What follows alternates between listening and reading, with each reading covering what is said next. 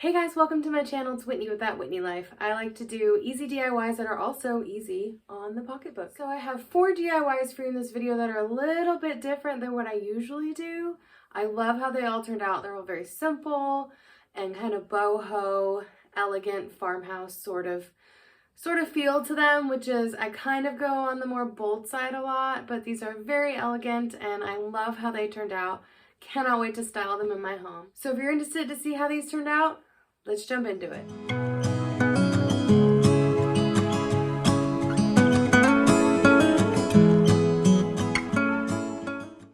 So DIY number 1 of taking this Dollar Tree picture frame, you're just going to take everything out of it. You can leave the prongs in, but when I was trying to pull them up, some of them snapped out, so I just decided to take those out.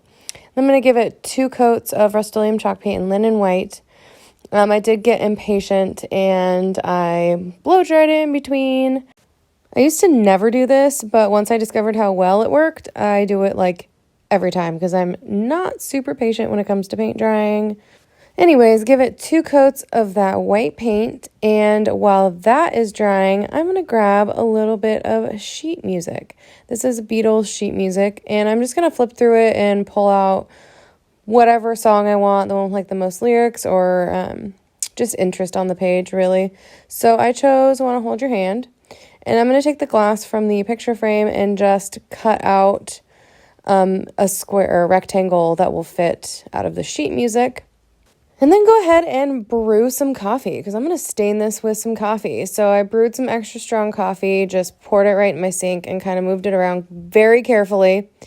I did rip this, so after I crinkled it up. I wanted it crinkled up. You don't have to do that. And I did end up ripping it a little bit, but it is okay. Make sure you let it dry overnight. You can't even tell I ripped it.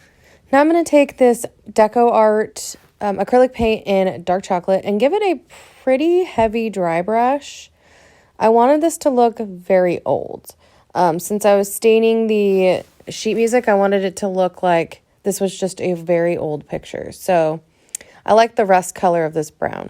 So now I'm just going to put everything back in to the frame. And I was just going to glue it down since those prongs fell out. I was going to try to glue it in the corners. It didn't work out. I had these little pieces left over from a sign that I redid. They were just like a stand from a sign. And I decided to glue those on. And that worked out really well. Back doesn't look pretty at all. But at least the little back to it is staying on. And then I'm going to take these little pieces of greenery. I think it's eucalyptus maybe. If I'm wrong, let me know. And I'm just going to tack down the very ends of it. I'm not going to put a lot of glue on. I just want it to kind of sit on there a little bit. And that is it for this. I think it's very pretty and elegant. You can kind of see where I ripped the sheet music, but it doesn't really matter because I think it just adds to the character and the aesthetic of it. So I really love how this turned out. I think it's just a very nice, elegant accent piece. And I'm very happy with it. And I love how it looks in my home. DIY number 2, I'm using these 2 little plastic jars from the Dollar Tree. And I'm going to take the sticker off of them, obviously. And then I'm going to go ahead and give them 2 coats of that linen white chalk paint.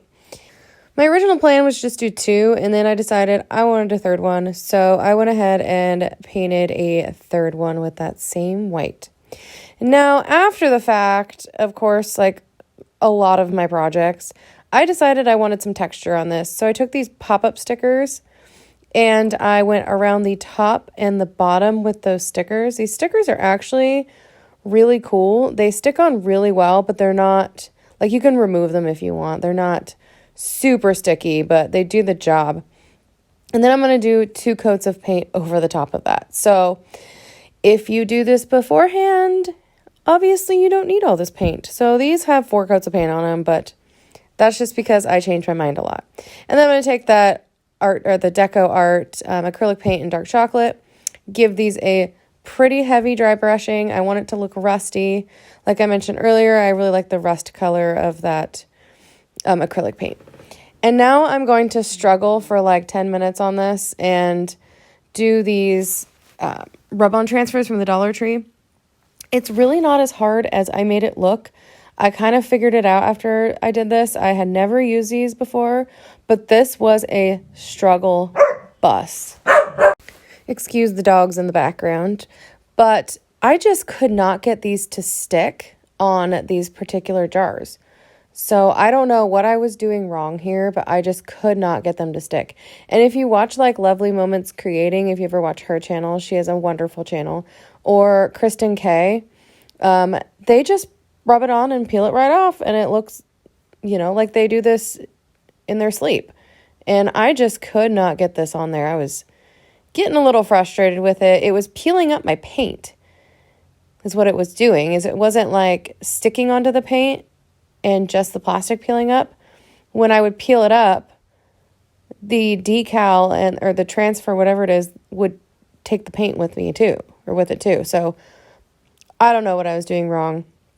I did use it on a later project and it worked perfect. So maybe it was just the amount of paint and that I needed to let the top two cure overnight and it would be better, but I don't know. I really don't know what I was doing wrong, but I wasn't super worried about how it kind of peeled up pieces of the transfer because of the fact that I wanted these to look old and weathered. So I wasn't too worried about it, and I think it looks good.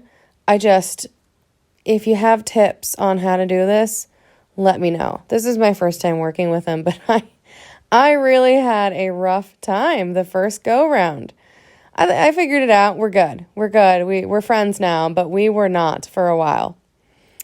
Anyways, get those on if you're successful at all, unlike me. And then I'm just going to put some stones in there for some weight.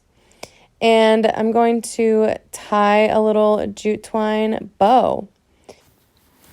And how cute does this look? I really love them. And then I decided that I wanted some greenery. I understand this greenery is kind of frosty and it's really for around Christmas time, but this is what I had. And I love how they turned out. I really love them. I'm so excited to style them in my home. I know exactly where I'm going to put them. I'm so glad that I did 3. And I'm glad that I decided to work with those transfers because I think it turned out really well and I absolutely love them and they're just so cute. So this next one, I'm using this Christmas tin thing that I got at, I can't remember where I got it. I got it at a local thrift store for like 99 cents. Giving it 2 coats of chalk paint in linen white. I did use my hairdryer in between. You're going to want to do the rim of it and you're going to want to do the inside just a little bit. You don't have to go all the way down, but just a little bit. And I'm going to take some more of those rub-on transfers, and this is the wreath one. And if you just see, like in this, how easily it just transferred on and peeled right up. So I don't know what my deal was with those jars. They wanted to fight. Because this peeled up, no big deal. And I actually really like these transfers. I think they're a good find. So then I'm going to take 2 little pieces of the greenery as well and just pop those on there real quick. And here's what it looks like so far. And then I'm going to take that Deco Art acrylic paint in dark chocolate again. And I'm just going to give this a dry brush. I kind of wish I did this before the transfers, but I sort of forgot. But then also the paint over the transfers actually looks pretty nice. So I don't know. I don't think it matters either way how you choose to do it. But it just I felt that if I didn't, then it wouldn't look like the transfers were part of this tin.